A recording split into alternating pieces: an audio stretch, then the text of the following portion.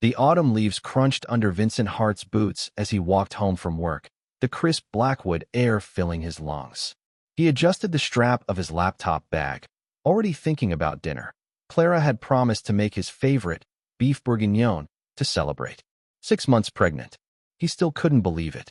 After years of trying, after countless doctor visits and whispered arguments in the dark, Clara was finally carrying their child.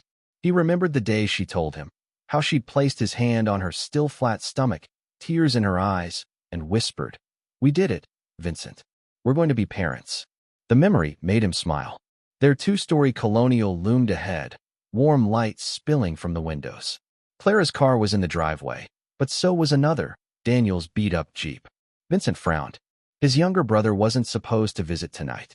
He unlocked the front door, the scent of garlic and red wine hitting him immediately. She really did make the bourguignon. "Clara," he called, hanging his coat. No answer. The house was too quiet. No clatter of pans, no hum of conversation. Just silence. Then, a muffled giggle. From upstairs. Vincent's chest tightened. He moved toward the staircase, his dress shoes silent on the hardwood. Halfway up, he heard it again, a low, familiar laugh. Daniel's. And then Clara's voice, breathless. "We have to stop. He could be home any." A creak under Vincent's foot cut her off. Sudden shuffling. A hissed shit. Vincent's pulse roared in his ears. He took the last few steps slowly, dread coiling in his gut. Their bedroom door was slightly ajar. He pushed it open.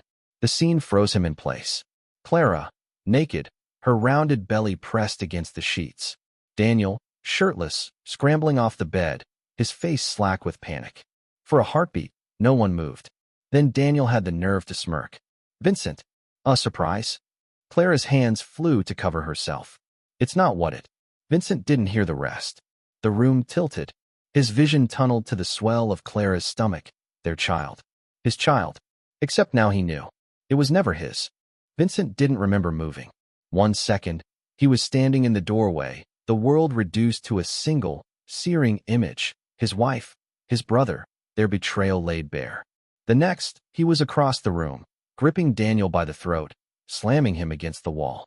The framed wedding photo, his wedding, shattered on the floor beside them. Clara screamed. Daniel's hands clawed at Vincent's wrists, his smirk gone, replaced by wide-eyed panic. Vincent, wait." Vincent barely heard him. Blood roared in his ears, white-hot and deafening.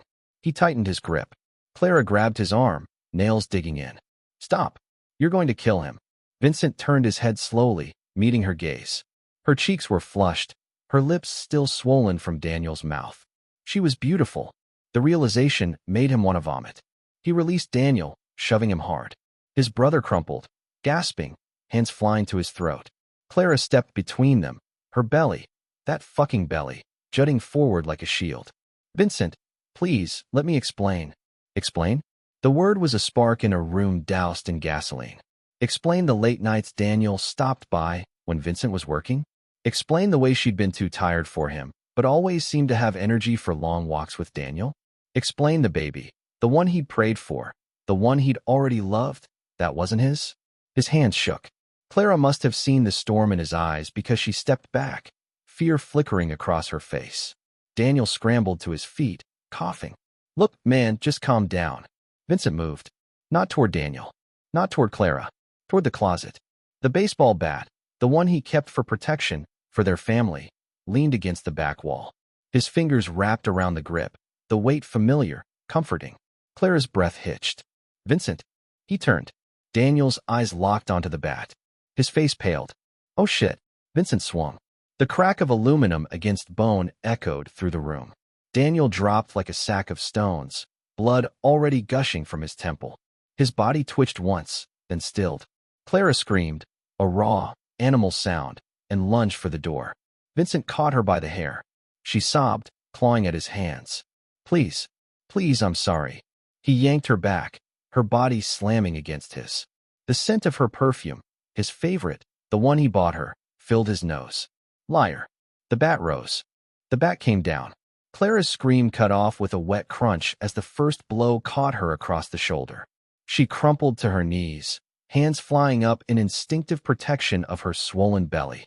That damn belly. as Vincent raised the bat again. "Vincent, please." Her voice was ragged, broken.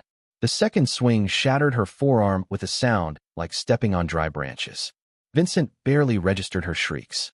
The world had narrowed to the rhythm of his own breathing and the dull thud of metal meeting flesh. Over and over, until her pleas became whimpers. Until the whimpers stopped. When he finally stilled, sweat dripping down his temples, the bedroom looked like a slaughterhouse. Daniel's skull was caved in on one side, his unseeing eyes staring at the ceiling. Clara lay twisted at an unnatural angle, her blood soaking into the cream-colored rug they'd picked out together last anniversary. The sonogram photo, the one he'd kept in his wallet, the one he'd shown everyone at work, lay face up on the nightstand, speckled with red. Vincent staggered to his feet, the bat slipping from his fingers with a clatter. His dress shirt clung to him, heavy with sweat and blood. He should feel something. Remorse. Horror. Something. But all he could think was, they lied. A noise from the hallway froze him. The creak of a floorboard. Someone was in the house. Vincent's breath hitched. The house was supposed to be empty. Another creak, closer this time. Then a voice. "Vincent." "Clara." His mother's voice carried up the stairs, tinged with concern. "Your front door was open." "Shit." Vincent's gaze darted between the bodies and the hallway. His mother wasn't supposed to visit tonight. She lived 40 minutes away. But of course, she'd chosen tonight to drop off the antique bassinet she'd been gushing about last weekend. Footsteps on the stairs now. "Kids? Where is Every?"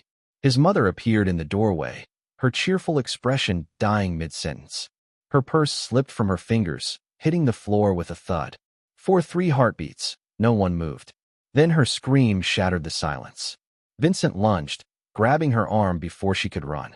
"Mom, wait." She fought like a wild animal, scratching at his face. "Oh God, what did you do?" The bat was too far away. Vincent did the only thing he could think of. He clamped a hand over her mouth, dragging her into the room. Her screams became muffled whimpers against his palm. "Listen to me," he hissed in her ear. "They betrayed me." Clara was carrying Daniel's baby. "They." His mother bit down hard on his hand. Vincent yelped, loosening his grip just enough for her to wrench free. She bolted for the door and slipped in Clara's blood. The crack of her skull hitting the nightstand was louder than Vincent expected. His mother collapsed without another sound, her body folding unnaturally at the waist. Silence. Vincent stood frozen, watching a thin trickle of blood creep from his mother's hairline onto the hardwood. Some distant part of his brain noted it was the same shade as Clara's lipstick. The house phone began ringing downstairs. And ringing. And ringing. Vincent started to laugh. Epilogue. 3 weeks later. The detective flipped through the crime scene photos, pausing on one. Vincent Hart, still in his blood-soaked work clothes, sitting calmly on the couch with a glass of whiskey when police arrived. No struggle. No denial. Just a single, whispered confession when they'd found his mother's body. I killed her too." At his arraignment, Vincent had smiled when the judge read the charges. Some said it was the smile of a broken man. But the bailiff who escorted him out swore it looked like relief.